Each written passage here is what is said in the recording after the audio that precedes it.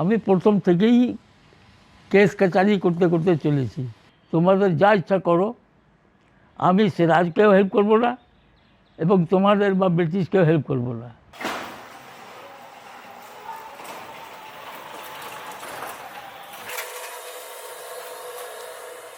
আমরা এখন মুর্শিদাবাদের বড়ে নবাব সৈয়দ মোহাম্মদ আব্বাস আলী মির্জার মুখোমুখি।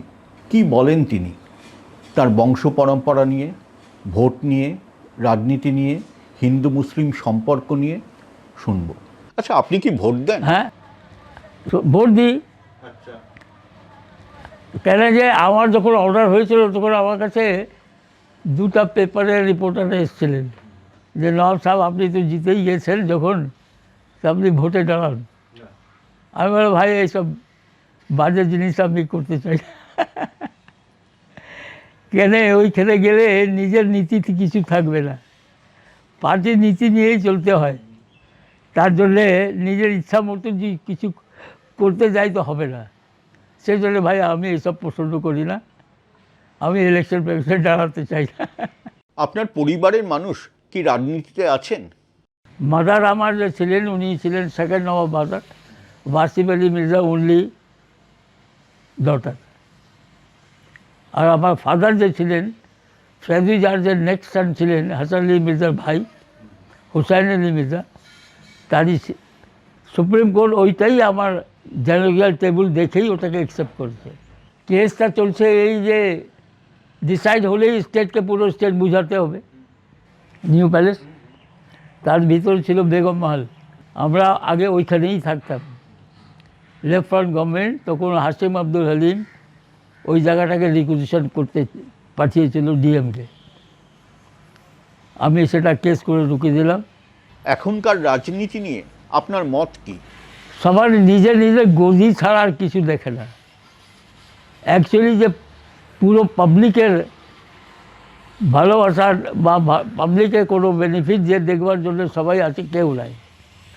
চাহে আপনি নরেন্দ্র মোদীকে বলেন, মমতা জিকে বলেন, যাকেই বলেন, সবারই নিজে নিজে পলিটিক্স চলছে। আর সবথেকে বড় কথা, এখন যে পলিটিক্স চলছে তাতে ধর্ম নিয়ে পলিটিক্স চলছে, বুঝলেন তো?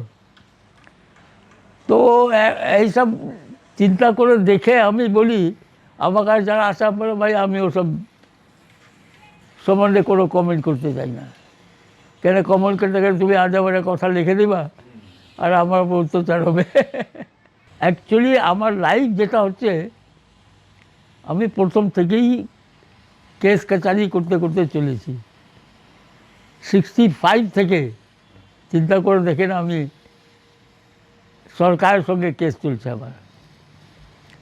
ফার্স্ট আমি যখন গ্র্যাজুয়েশন করলাম 1964-এ, তো আমি পাস করে বাড়িতে এসেছিলাম। আমার ইচ্ছা ছিল যে MA করব। তখন আমার স্কুলে, কেন আমি তো নবাব স্কুলে পড়েছি, তখন যে অ্যাসিস্ট্যান্ট হেডমাস্টার ইনচার্জ ছিলেন ওনার নাম ছিল অমূল্য ভট্টাচার্য। উনি জানতেন। উনি আমাকে একদিন সকালে চাকরকে দিয়ে ডাকালেন, ডেকে বলেন বাবা কী করছো তুমি? আমি বললাম স্যার এই তো পাস করে এসেছি, ভাবছি যে MA করবো। বলে MA পরে করবে, এখন ক্লাস করবে, যাও ক্লাস 5-এ করো, টিচার নাই, ক্লাস করো।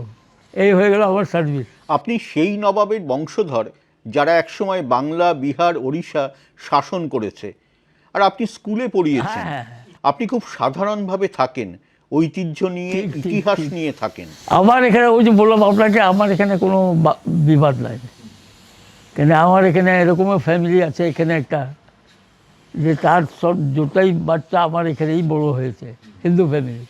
আমার মা যে ছিলেন মাদার, তার কাছে ইকুয়ালিটি ছিল, কোনো গণ্ডগোল ছিল না। আপনাদের যেরকম পয়লা বৈশাখ, নানা রকম পুজোতে যেরকম পুজো হতো, সব জিনিসই মাদার তো ওটাকে মেনে চলতেন। তার জন্যেই বেশিরভাগ হিন্দু যারা ছিল তারা আমাকে মাদারকে খুব শ্রদ্ধা করতো, বুঝলেন না? তো ওই হিসাবে আমাদের ফ্যামিলির ভিতরে একটা জিনিস আছে যে আমরা কোনো বিবাদ করি না হিন্দু মুসলিম নিয়ে। কেন এটা আমাদের ফ্যামিলি ট্র্যাডিশন। গেটের সামনে আপনি দেখেছেন না, এটা মন্দির করা আছে। এরা যখনই মন্দিরে যখন এরা শিবরাত্রি বা পুজো হয়, সব পুজোতে আমাকে ইনভাইট করে, আমি যাই। সে কথাটা।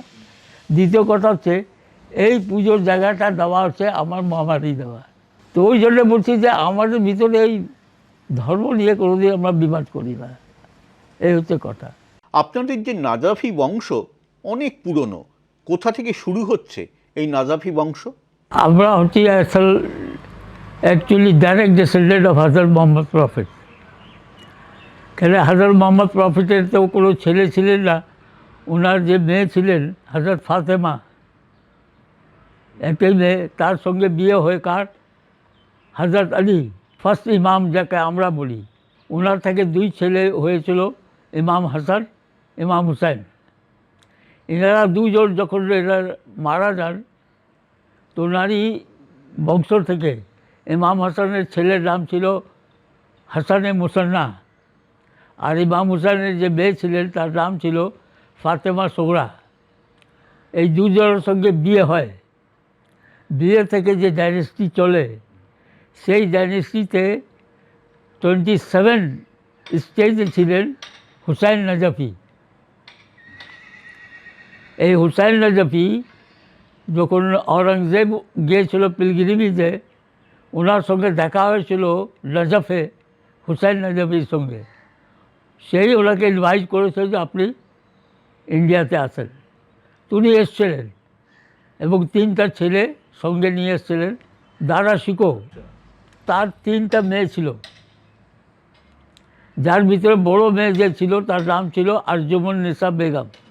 হুসাইন নাজাফির বড় ছেলের নাম ছিল আহমদ নাজাফি। দারা শিকোর 3 মেয়েকে আওরঙ্গজেবই পুষেছিল। তখন আওরঙ্গজেব ওনার কাছে প্রস্তাব রাখে যে আমি চাই আপনার সঙ্গে একটা রিলেশনশিপ করে নিতে। তো বলি কী চাও বলো? আমি চাই যে আমার ভাইয়ের 3টা মেয়ে আছে, আপনার 3 ছেলের সঙ্গে বিয়ে দেন। তো বড় মেয়ে আরজুমন নিসা বেগমের সঙ্গে বিয়ে হয় ওনার বড় ছেলে আহমদ নাজাফি, তার থেকেই জন্ম হয় মীর জাফরের। আপনাদের এই পুরো বংশটা তো আপনি বললেন কিভাবে এসছে, তারপরে মীর জাফর থেকেও আপনার পুরো বংশ লতিকাটা চলে আসছে, এবং যে মীর জাফর সম্পর্কে আমরা এত কথা শুনে থাকি। মীর জাফর নিয়ে আপনার মূল্যায়ন কি? উনি যদি লালচি হতেন, গ্রিডি হতেন, তো উনি জানতেন যে আলিবর্দী খাঁ তো নিজের মালিককে সিংহাসনে, তো উনিই তো করতে পারতেন। উনি তা করেনি। উনি ওকে অ্যাসিস্ট করেছেন, ওকে হেল্প করেছেন। সেই ক্যারেক্টার দেখেই তো ওনাকে বিয়ে দিয়েছিল নিজের বোনের সঙ্গে। তারপরে হলো কি, ও তো যখন আলিবর্দী খাঁ মারা যায়, তখন মীর জাফরই ওকে সিংহাসনে বসিয়েছিলেন, নিজের সোর্ড ওকে অফার করেছিলেন। কিন্তু ঘটনা হচ্ছে যে সিরাজ সেই জিনিসটাকে রাখতে পারল না। ওর যে বিহেভিয়ার ছিল, ওই বিহেভিয়ার থেকে এখানকার হিন্দু সমাজ যারা ছিল, রাজা মহারাজা, তাদের ভিতরে একটা এগেনস্ট ওর এনিমিটি জাগলো। রানী ভবানী ছিল নটরের রানী। তার এক মেয়ে ছিল রাজ তারাস, সে বিধবা ছিল, বিধবা হয়ে গেছিল জওয়ানি, ইয়াং লাইফেই। তো ডেলি ও বজরাতে ঘুরতে আসতো, বুঝলেন তো? ওই পর্যন্ত আসতো। ওকে দেখে সিরাজের পছন্দ হয়ে গেছে। একবার চেষ্টাও হচ্ছিল যে সিরাজ ওকে উঠিয়ে দেবে। এই কথাটা যখন হিন্দু সমাজের ভিতরে জানা যায়, তখন ওরা বললো যে আজকে এইরকম অবস্থা আছে, কালকে আরও তো এরকম অবস্থা হলে আমাদের বউ বেটি তো বাইরে বেরোতে পারবে না। এইখান থেকে তার এগেন্সে একটা এনমিটি জাগলো, বুঝলেন না? যার ভিতরে আপনার মেহতাব রায়, স্বরূপ চাঁদ, জগৎ শেঠ, এরা তখন একটা কনস্পিরেসি করলো মাদ্রাসে আপনার ক্লাইভের সঙ্গে। তো ক্লাইভ একটা কথা বলেছিল, দেখো সব ঠিক আছে, কিন্তু তোমাদের ভিতরে একজন হচ্ছে most powerful man, and that man is a Mir Jafar. ও যদি এগেন্স্ট চলে যায় তো আমি কিছু করতে পারবো না, তো তুমি ওকে রাজি করো। ওরা এসে মীর জাফরের কাছে প্রস্তাব রাখে। তো মীর জাফর একটা খুবই ফার সাইডেড লোক ছিলেন। উনি বুঝতে পারছিলেন যে আমি সাথ দিই চাই না দিই, যুদ্ধ তো হবেই। আর যদি আমি সিরাজের সঙ্গে সাথ দিই তো যা কন্ডিশন সিরাজের হবে আমারও তাই হবে। সেই জন্য উনি বললেন যে আমি কারোর সঙ্গে যুদ্ধ করব না, তোমাদের যা ইচ্ছা করো, আমি সিরাজকেও হেল্প করব না এবং তোমাদের বা ব্রিটিশকেও হেল্প করব না।